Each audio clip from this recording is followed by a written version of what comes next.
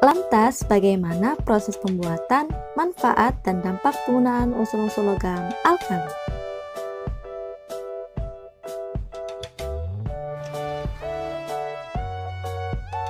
Yang pertama adalah unsur litium. Nah, unsur ini berupa logam putih keperakan yang lunak dengan kerapatan 0,535 gram per cm kubik. Nah, proses pembuatan unsur litium ini melalui reaksi elektrolisis litium klorida yang ditambahkan kalium klorida dengan komposisi 45% litium klorida dan 55% kalium klorida. Produk yang dihasilkan dari proses ini berupa litium dalam bentuk padatan dan gas klor.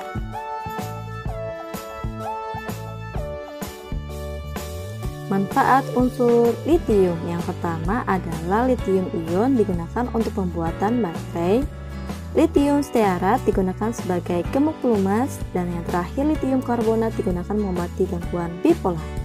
Nah, dampak penggunaan unsur litium ini karena memiliki kerapatan yang kecil sehingga dapat mengapung, dan apabila direaksikan dengan air maka akan menghasilkan panas dan asap.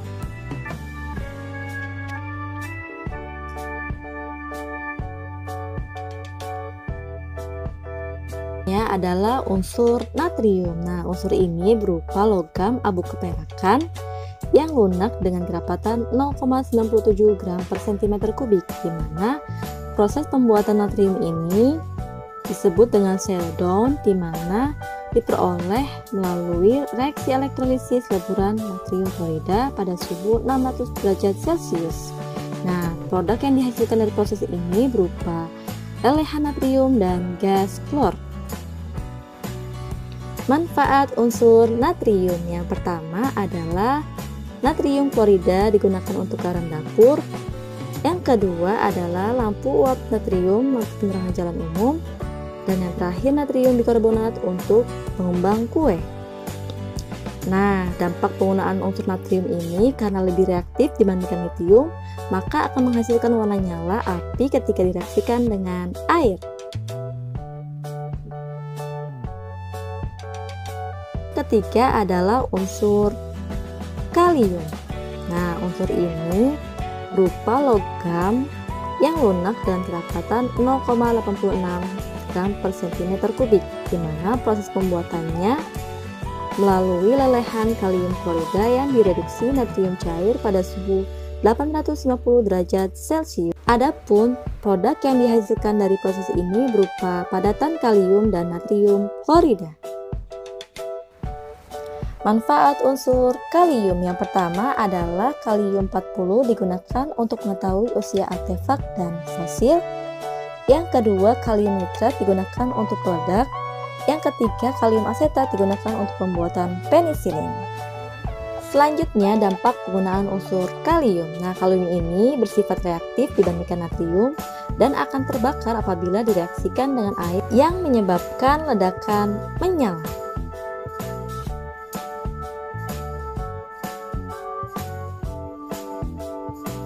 Selanjutnya adalah unsur rubidium, di mana unsur ini berupa logam abu keperakan yang lunak dan memiliki kerapatan lebih dari air, yaitu 1,53 gram per cm kubik. Adapun proses pembuatan unsur rubidium ini melalui lelehan rubidium klorida yang direduksi kalsium pada suhu 850 derajat Celcius. Produk yang dihasilkan berupa gas rubidium dan kalium klorida. Selanjutnya adalah manfaat dari unsur rubidium. Yang pertama adalah rubidium dapat digunakan untuk pembuatan kaca khusus. Yang kedua sebagai cairan untuk tabung vakum. Yang ketiga sebagai bahan bakar mesin pesawat antariksa. Dampak penggunaan unsur rubidium. Reaksi antara logam rubidium dengan air lebih reaktif dan meledak jika dibandingkan dengan kalium.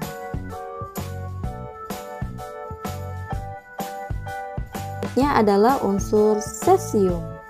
Nah, unsur cesium ini berupa logam keperakan dengan kerapatan 1,83 gram per cm kubik. Nah, apabila suhunya di atas 28 derajat Celcius, bentuknya berupa cairan. Proses pembuatan unsur cesium ini sama halnya seperti unsur rubidium, di mana melalui lelehan cesium klorida yang direduksi dengan kalsium pada suhu 850 derajat Celcius, di mana produk yang dihasilkan dari proses ini berupa kalium klorida dan cesium dalam bentuk gas. Saat unsur cesium yang pertama adalah cesium 131 digunakan untuk membunuh sel kanker. Yang kedua, cesium klorida digunakan untuk peralatan medis. Yang ketiga, cesium karbonat digunakan untuk pembuatan kaca. Dampak penggunaan unsur cesium ini karena lebih reaktif dibandingkan rubidium, maka ledakannya lebih dahsyat jika direaksikan dengan air.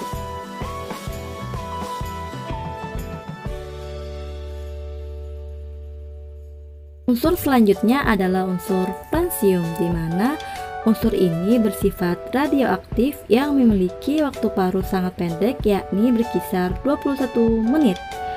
Diperkirakan hanya ada 30 gram fransium di kulit bumi, sehingga unsur ini termasuk unsur yang sangat langka.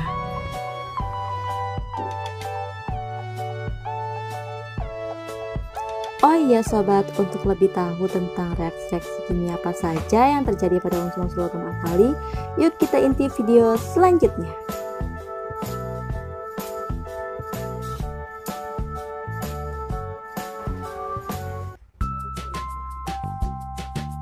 Kimia unsur logam alkali.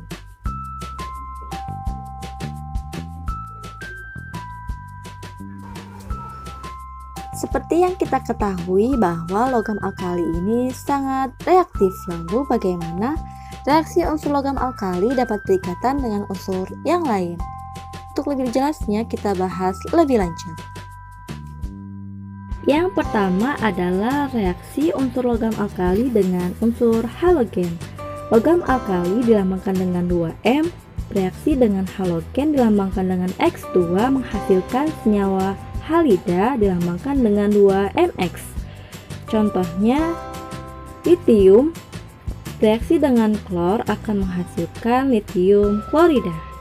Yang kedua adalah reaksi unsur logam alkali dengan gas hidrogen.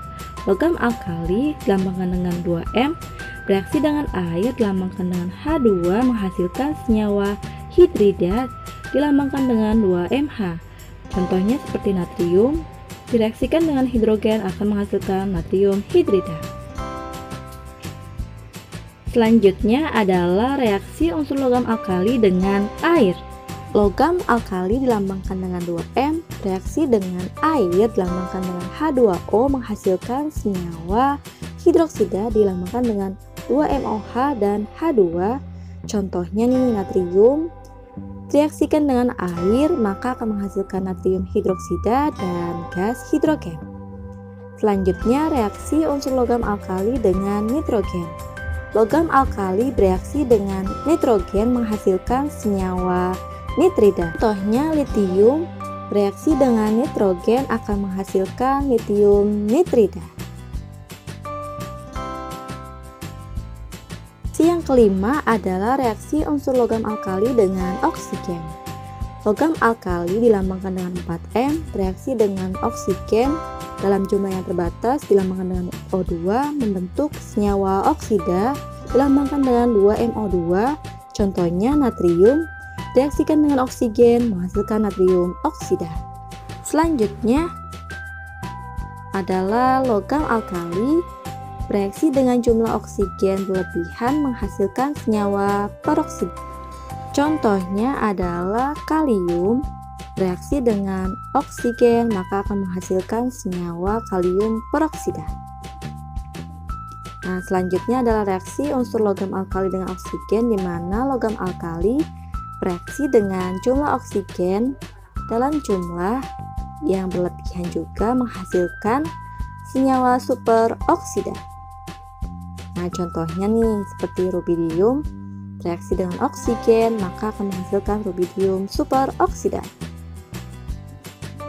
Selanjutnya adalah reaksi antara logam alkali dengan amonia, di mana logam alkali bereaksi dengan amonia maka akan menghasilkan senyawa anida dan gas hidrogen. Contohnya seperti natrium direaksikan dengan amonia, maka akan menghasilkan natrium, amonia, dan gas hidrogen.